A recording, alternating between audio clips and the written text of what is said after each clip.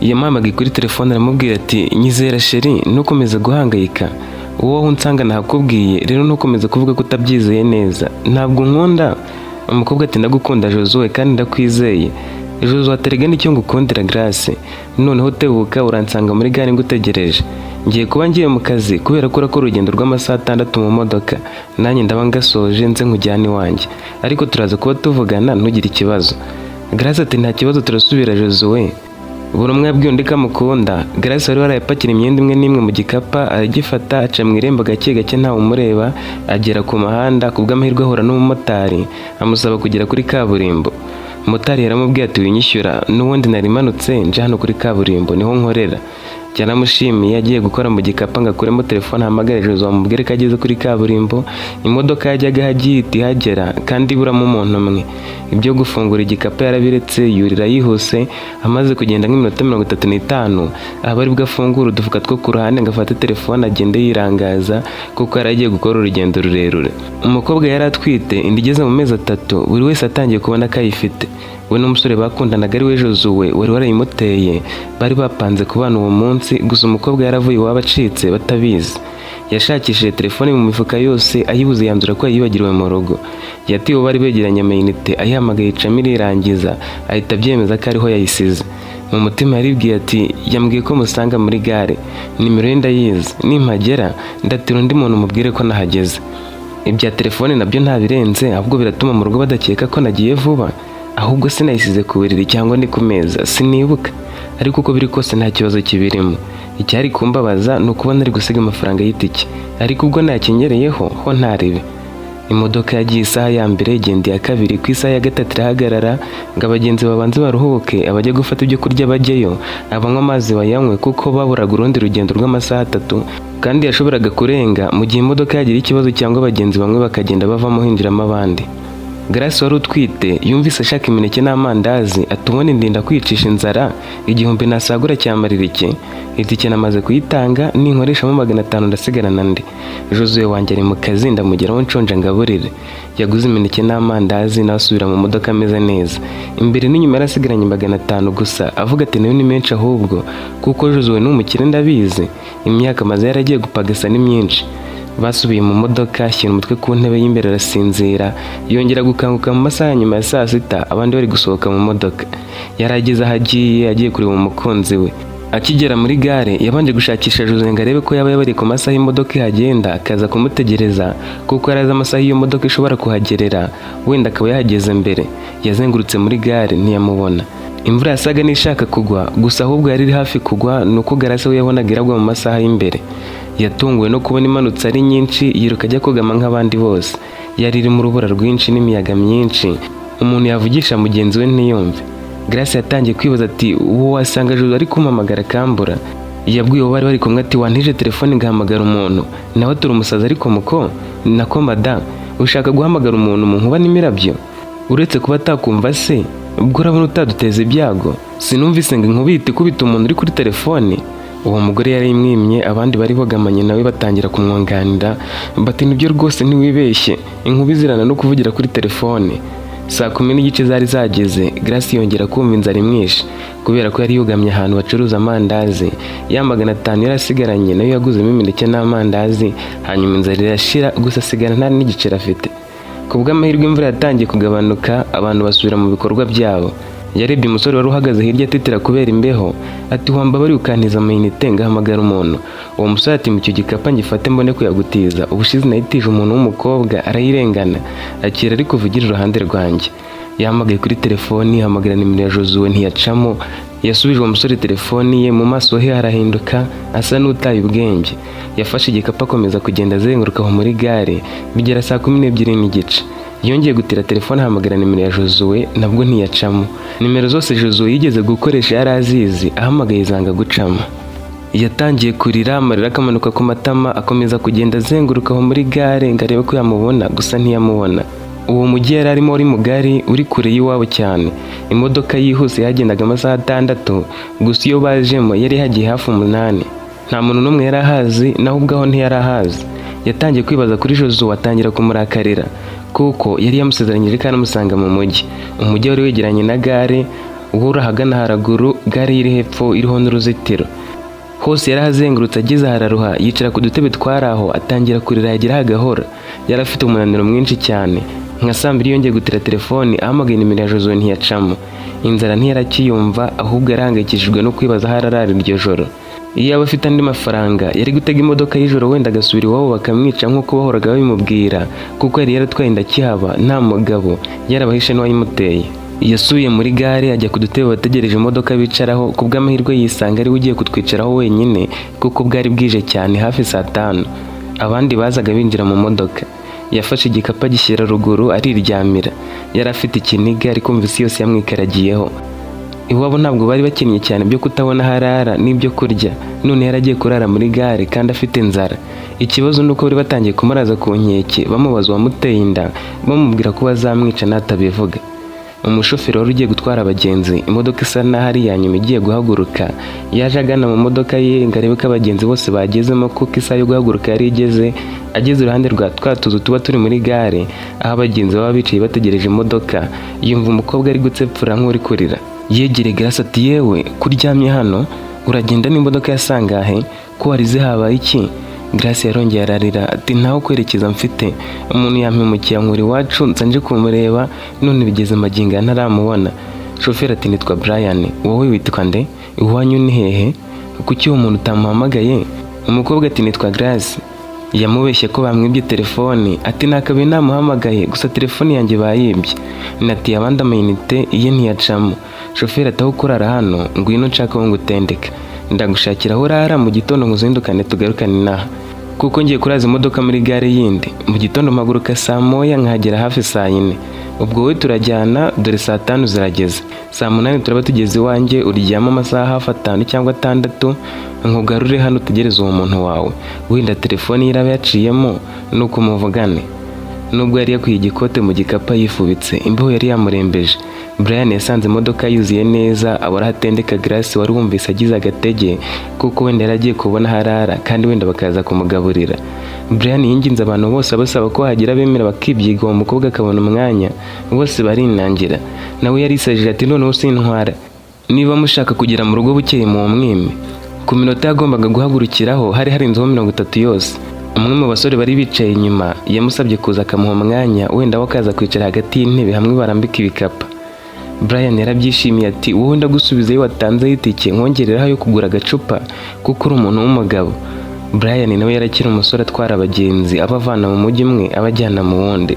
Yakoraga hafi amanywa nijoro, akaruhuka saa 8 akabyuka saa 1. Yakije imodoka agenda yibaza kuri uwo mukobwa wari ugiye kurara mu mbeho yo muri gare, ati singirota ngezeyo nkamubaza byose uko bimeze. Ikibazo nuko wagira ngo aranatwite ahari, wenda wasanga afite igifu kinini nkaba namwibeshyeho, gusa ashobora kuba atwite. Grace nawe mu rugendo ntiyabaye umwana mubi, yicaraga iminota 30, wa musore nawe akicara indi, umwe ku ntebe undi hasi harambikwa ibikapa, gutyo mpaka bageze aho bagombaga kugera. Shoferi yafashe akaboko Grace amutwaje igikapu amugeze iwe mu nzu. Grace yabanje kugiramo ubwoba asanze uwo musore yibana, uretse wenda umusore wo ku gipangu wamukinguriraga amarembo w'umuzamu. Brian yamusabye kwicara, azana icyayi, hamagara umuzamu we wanamutekeraga, barasangira, hanyuma asubira mu kazu ko ku muryango. Brian atangira kuganiriza Grace. Brian ati, ngaho mbwira, niteguye kugutega amatwi kandi ntugire impungenge, sinakuzanye hano ngo nguhangayikishe kurushaho, uri buze kurara mu cyumba cy'abashyitsi, wisanzure uryame uruhuke, gusa sinaryama utambwiye ibyawe. Ndabizi ningera ku buriri ndahita nsinzira, njye nkanguka saa 12, ariko hatarimo reveil sinakanguka na rimwe, mba naniwe cyane, nkagera mu kazi saa 1. Ndaza kukubyutsa ngusubize muri gare ya hariya urebe ko umuntu wawe mwabonana. Grace ati, Brian, ibyambayeho nagahoma munwa, nawe ati mbwira ngo uteze iyo mbere ga. Umukobwa yaratangiye ati, reka mbere iruhande utaza kwiyoberwa ibyo ndi kuvuga. Nakundanaga n'umutipe wo muri quartier z'iwacu iyo mu byaro. Dukundana yaje kujya mu mujyi agiye gushaka akazi, kubw'amahirwe arakabona kandi keza. Yagarutse gusura iwabo turabonana, twari dukumbaranye birangira ibiba bibaye. Amaze gusubira mu kazi hashize iminsi mike namenye ko ntwite, muhamagaye abyumva vuba abari bumpumuriza. Yarambwiye ati, humura Grace nkunda, ngiye gukora uko nshoboye, mu mezi 3 turaba tubana. Icyo ngiye kwitaho no gushaka inzu ihagije kuko mba mu kazi gato. Ngura ibikoresho byo mu nzu, ntegure n'ibindi by'ibanze. Urumva ntiwaza nona, nanjye birantunguye, reka nitegure uzaze tubane hari icyo maze guhindura. ntakubeshye nibwo yatangiye kunyereka urukundo kurusha mbere. Yampamagaraga buri kanya ambaza uko meze, icyo nkeneye, ambaza aho nagiye, ibyo ndimo, mbese bisa nkaho tubana. Ntibyatinze nyuma y'amezi 2 iwacu bavumbuye ko ntwite. Batangiye kuntoteza gusa nanjye nkihagararaho. Rimwe na rimwe barankubitaga ngo mbabwire uwayinteye, nanjye nimundeke harabura ukwezi kumwe nkamusanga. Iwacu barandetse bati tugiye kuyibara, nishira tuzakwica. Ni papa horaga bimbwira ngo iminsi 30 nishira zanyica nimba ntaramubwira wanteye inda, ngo amujyane mu nkiko bamutegeka ngira umugore, ariko abanje kumukwa. Yafashe amabuye 30 yashyira ku meza, bwacya agakuraho rimwe ambwira ati nusanga ntabuye riri kuri aya meza uzamenye isezerano dufitanye. Umukunzi wanjye witwa Jozo narabimubwiraga akishima ati ko batakigukubita ahubwo nibyo binejeje. Wowe humura iminsi 30 ntizageramo. Icyiza kandi nuko wazaza batazi ko waje habura nk'iminsi 3. Ku munsi wo kuza Jozo yarambwiye ati ngiye kukoherereza itike ujye kuyibikuza hanyuma uzinduke Karuzi. Ntuzane imyenda yose, uzane mike nzakugurira indi. Iwanyu barinjira mu cyumba basange imende wasize, baze kumenya ko wagiye wageze inaha. Yambwiye neza aho imodoka irangiza, ansezeranya ko musanga muri gare kuko azi amasaha imodoka ivuye iwacu yagerera. Nkigera mu modoka nisanze nataye telefone mu rugo, gusa nabyo ntibyanteye ubwoba kuko nimero ze zose nziza mu mutwe. Naje rero muhamagaye ntiyacamo, nabyirengagije ngera inaha, imvura nyinshi iragwa, aho ihitiye niramayinite ngo mubwire ko nahageze, biranga ntiyacamo. N'ubwa mbere nari ngeze muri uriya mujyi, nta wundi muntu mpazi. Nawe sinzi niba atuye hafi ya gare cyangwa wenda ari uko ariho yashoboraga kundangira ntibigorane. Nyuma yo gukomeza kumubura ari nako bunyiriraho, nanzuye kuza kuryama muri gare ngo ikiba kibe. Brian yikije umutima ati none se wakongera kumuhamagara akareba akicamo. Baramuhamagaye nabwo ntiyacamo. Grace ati wasanga yikuyeho nkana, ariko sinzi ukuntu yabinkora, ariho wansabye ko wamusanga. Brian yaramuhumurije ati ibyo uri gucamo birakomeye, ariko kuba twahuye wasanga ari Imana yaduhuje ngo ngire icyo nkumarira. Ahubwo reka nkwibarize, urumva bikwiriye ko mu gitondo byuka nkagusubiza muri uriya mujyi, cyangwa uri gumira hano uzahava ari uko nimero yaciyemo? Sinzi uko nagusubiza kuko nanjye byandenze. Brian ati ngwino nkwereke icyombo urabukoresha ubanze uruhoke. Mfite umukozi uteka akanakora izamu, uriya wabonye nimba ntahari ku manywa arakwitaho, unamutire telefone ukomeze ugerageze. Mu gitondo si ngombwa ko ngusezeraho, ndabizi urabukiruhoka. Mu cyumba harimo dushe, woge uruhoke, ibindi tuzagenda tubibonera ibisubizo. Grace ntacyo yari kurenzaho, yagiye mu cyumba aroga araryama. Yari atekereza byinshi, kubw'amahirwe mu rukerera atora agatotsi. Brian we yabyutse asubira mu kazi, Grace akanguka nka 3:30. Yarabyutse akinguye umuryango abona muri salo wa musore wakoraga izamu ku manywa na nijoro yicaye. Yaramubonye ati Grace, urabyutse? Ngwino unywe icyayi unafungure dore mwaraye mutariye. Grace yayura ati twariye ariko nawe ati ndabizi, gusa boss ntajya asigaza, none mwasangiye ntimwanabimara. Koko yarashonje abanza gukaraba mu maso aza gusangira nawe. Yacanye televiziyo bareba na filime, indirimbo zigezweho, baraganira. Grace ageze asa n'uwibagiwe ibibazo bye, atangira kugarura akanyamuneza. Mu masaha ya 6 umusore yamusize mu rugo agiye kugemura, mu minota mike bagarutse. Barakomeje baraganira, burinda bwira, gusa agatima kakamwibutsa ko aho hantu ari atariho yakagombye kuba ari.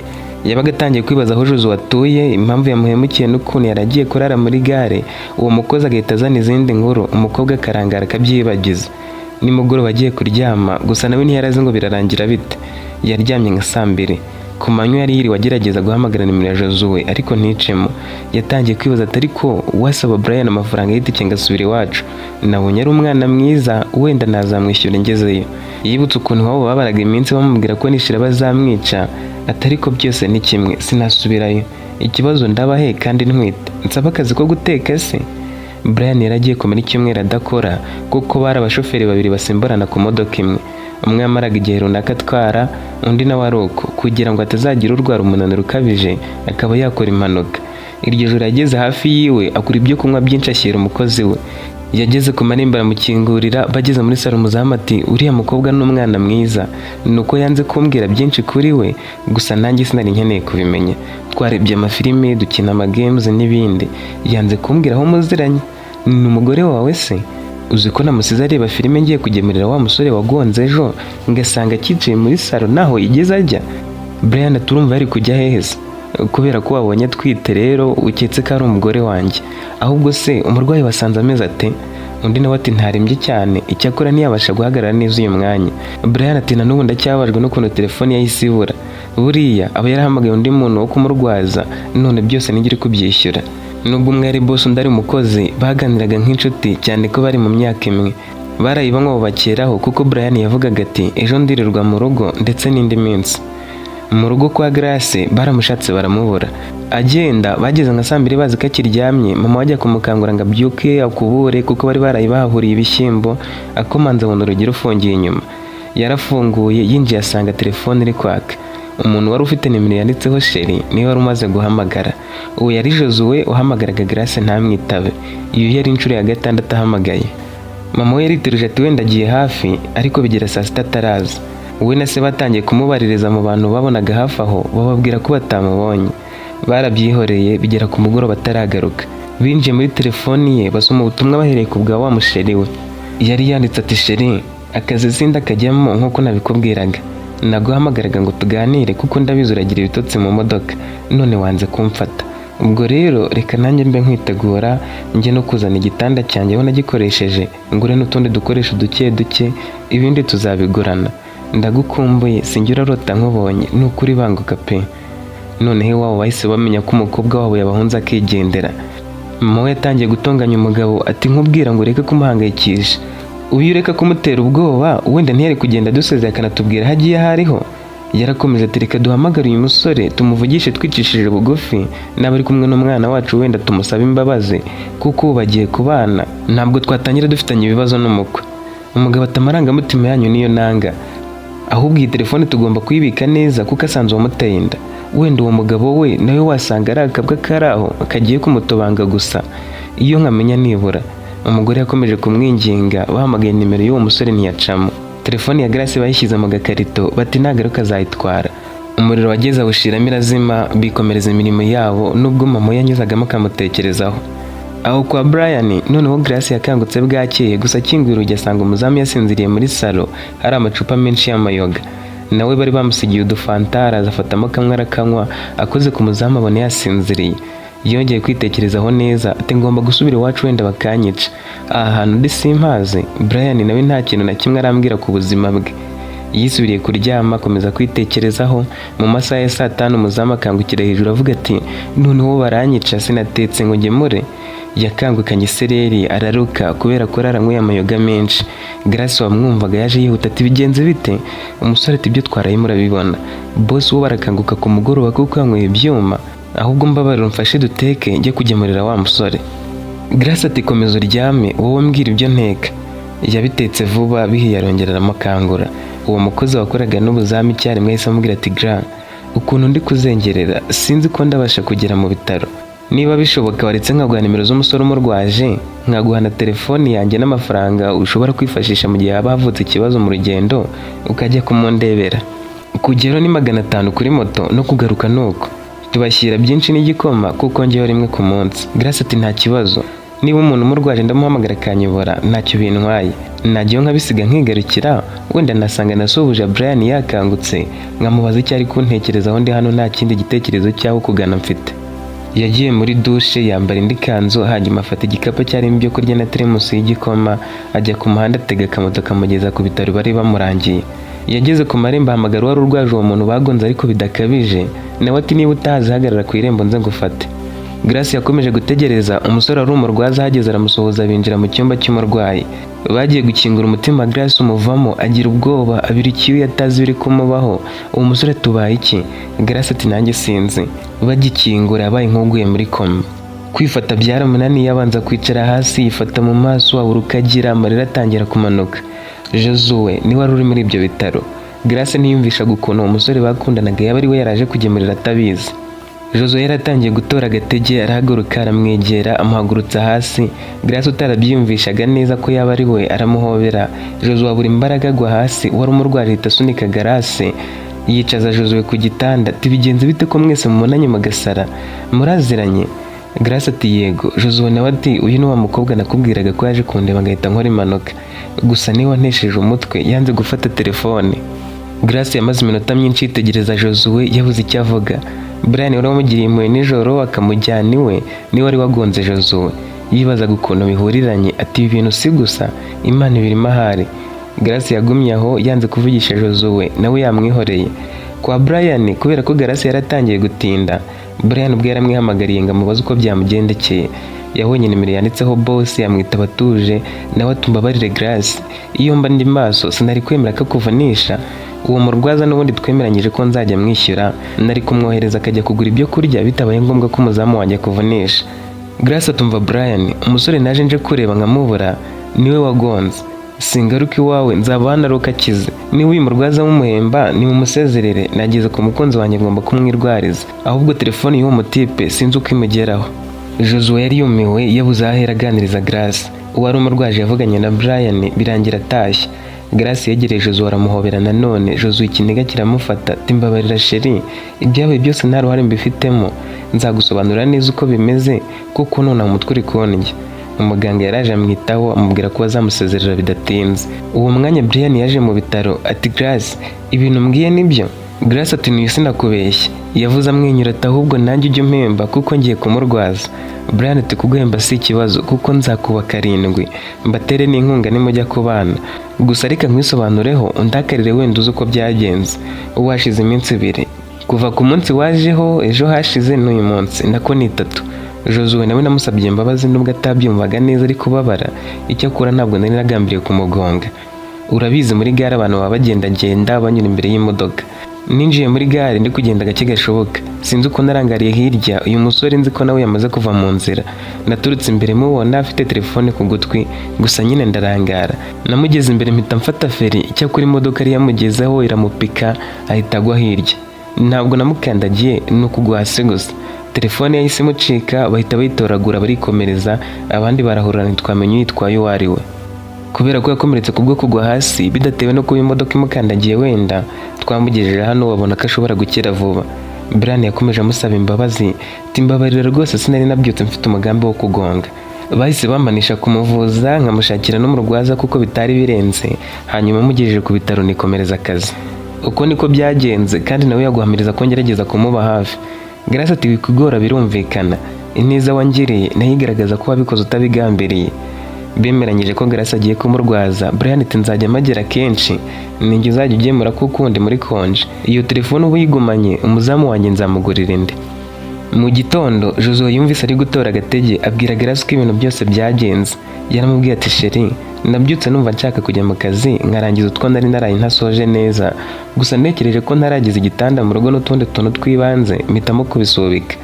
Naguhamagaye kenshi wanga kumfata, birangira bangonze ndi kwibaza impamvu nguhamagara ziriya nshuro zose ntumfate. Natangiye kuvuga nti buriya nturaza waranambeshye wenda ntutwite. Igitanda nari nkigejejeyo nje kureba abantu bacururiza muri gare ngo ngura akantu kuko bo bacuruza kuri make. Aho ngereye mu bitaro sinari gutira telefone ngo nongere kuguhamagara ngo nkubwire ibyambayeho, mbizi neza ko nawe utarayifata. Gusa naranabigerageje maze kugarura ubwenge neza nsanga itari no gucamo. Barongeye barahoberana. Grace ati basi sura cyankunda, ubu sinaguteye umwaka ukanyanga, ibyo gutwita byo ndatwite nawe urabibona. Josué ati banza umbwire uko byakugendekeye, wasanga ari wowe bayikundusha kuko waje nta wundi muntu uzi muri uriya mujyi uretse njye, none waraje urambura. Brian mwahuye mute? Yamubwiye uko byamugendekeye nuko Brian yamubaye hafi, bombi baramushima bati ni umuntu mwiza rwose. Josué ati nubwo yangonze anyitaho bishoboka kandi nawe nuko, iyo ataba we sinzi uko ari kubigenza. Grace ati byose niwe, iyo ataba we sinari kuza ngo nkubure, iyo atakugonga nubwo bitamuturutseho nari kugusanga muri gare, gusa nanjye wenda iyo nibagirwa telefone ngo umpamagare umuruta umutwe ntiwari kugongwa.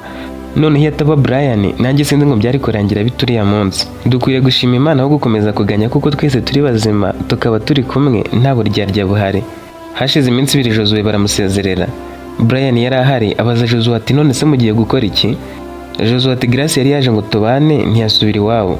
Nawe ati mudasezeranye se ukuriye kumusaba ukanamukwa mukabana iwanyu babizi. Josué ati byararangiye namaze kumutera inda, ikindi yavuye iwabaje ngo tubane. Brian ati nuko udashaka kubana nawe mubanje gusezerana se cyangwa ikibazo n'ubushobozi? Erega inda ntiragaragara neza mwanayihisha bigakunda. Josué ati ubushobozi nabwo burimo kuko ayo gukoya akadutunze. Nawe atereka mbagira inama kandi nimunyemerera ndaboneraho kubasaba imbabazi mu buryo bufatika hatari mu magambo gusa. Sinarinzi ikintu nzabakorera ngo mumbabarire gusa ndakibonye. bamuteze amatwi nawe ati Grace agiye gusubira iwabo, nawe ujye gusaba ubukwe mujye mu mategeko mubane mu buryo bwemewe. Iwabo bazishima ntibazaba bakimurakariye kandi agiye kubereka ibirori.